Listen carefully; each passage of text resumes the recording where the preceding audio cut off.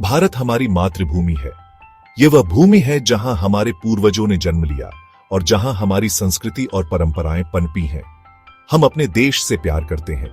यह प्यार हमें एकजुट करता है और हमें एक परिवार की तरह बनाता है। कई वर्षों तक भारत पर ब्रिटिशों का शासन था।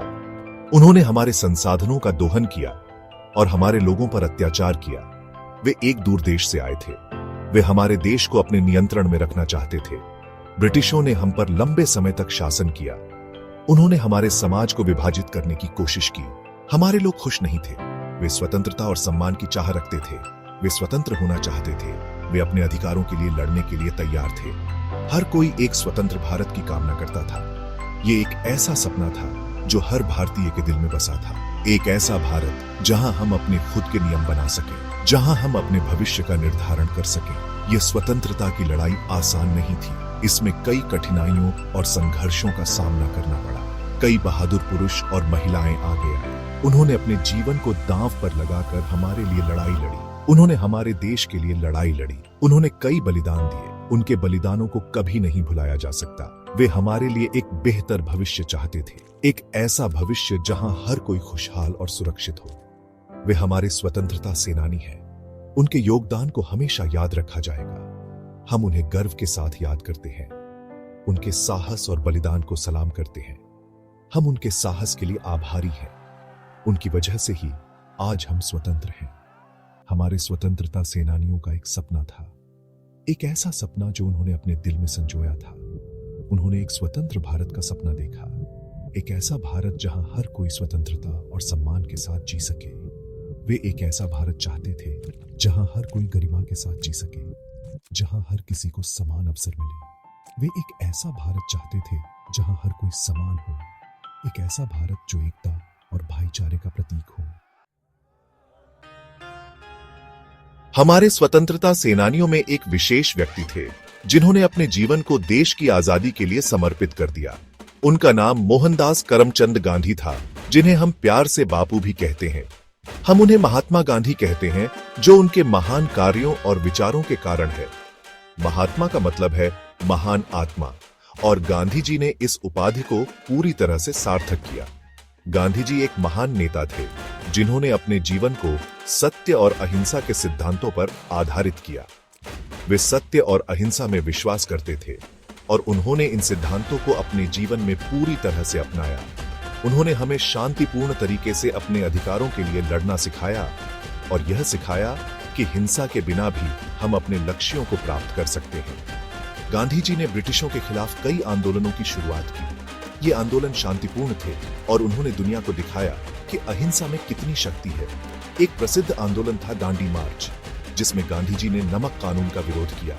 गांधी जी ने मीलों पैदल चलकर नमक बनाया और यह दिखाया कि भारतीय अपना खुद का नमक बना सकते हैं। ब्रिटिशों ने नमक पर कर लगाया था, जो भारतीयों के लिए बहुत अन्यायपूर्ण था।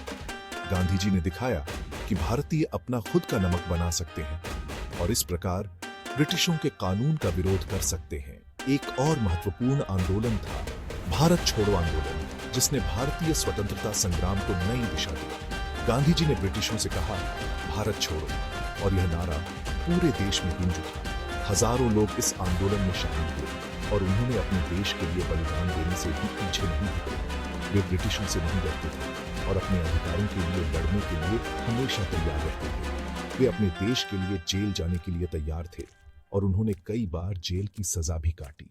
गांधी जी का संदेश सरल लेकिन शक्तिशाली था और उन्होंने हमें सिखाया कि सच्चाई और अहिंसा के मार्ग पर चलकर हम किसी भी चुनौती का सामना कर सकते हैं।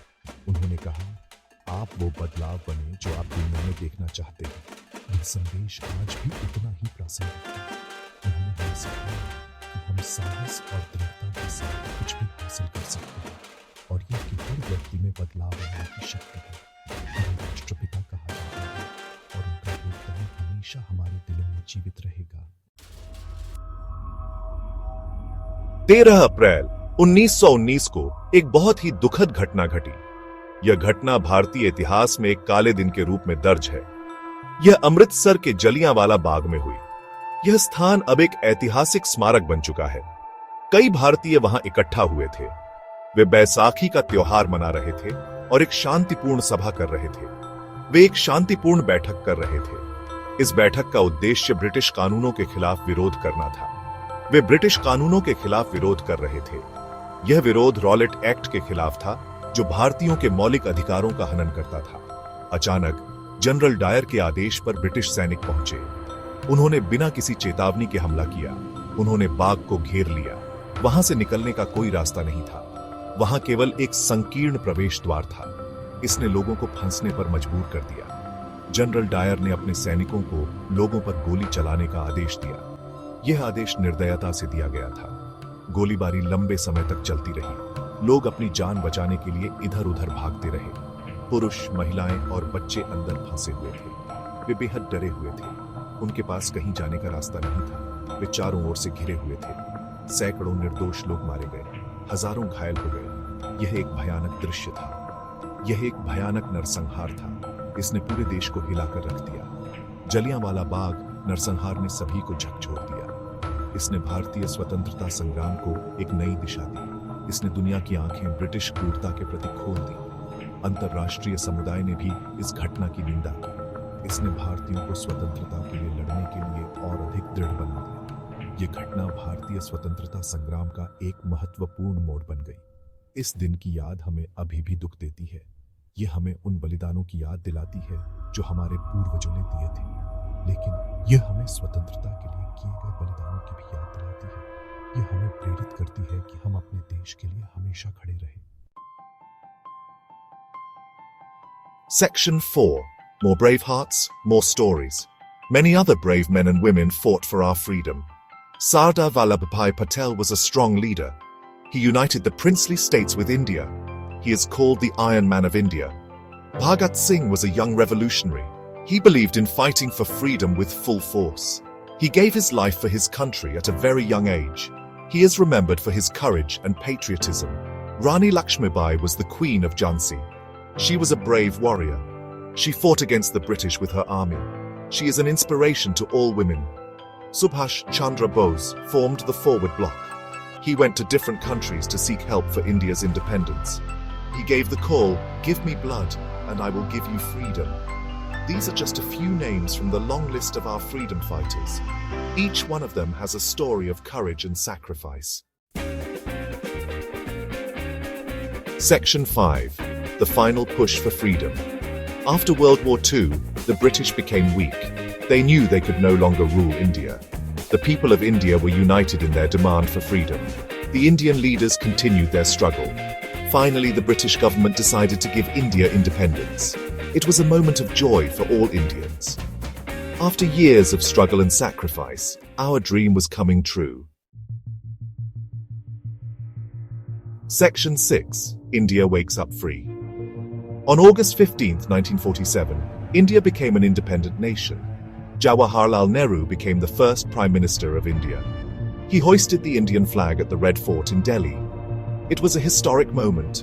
The whole country erupted in joy. People celebrated on the streets.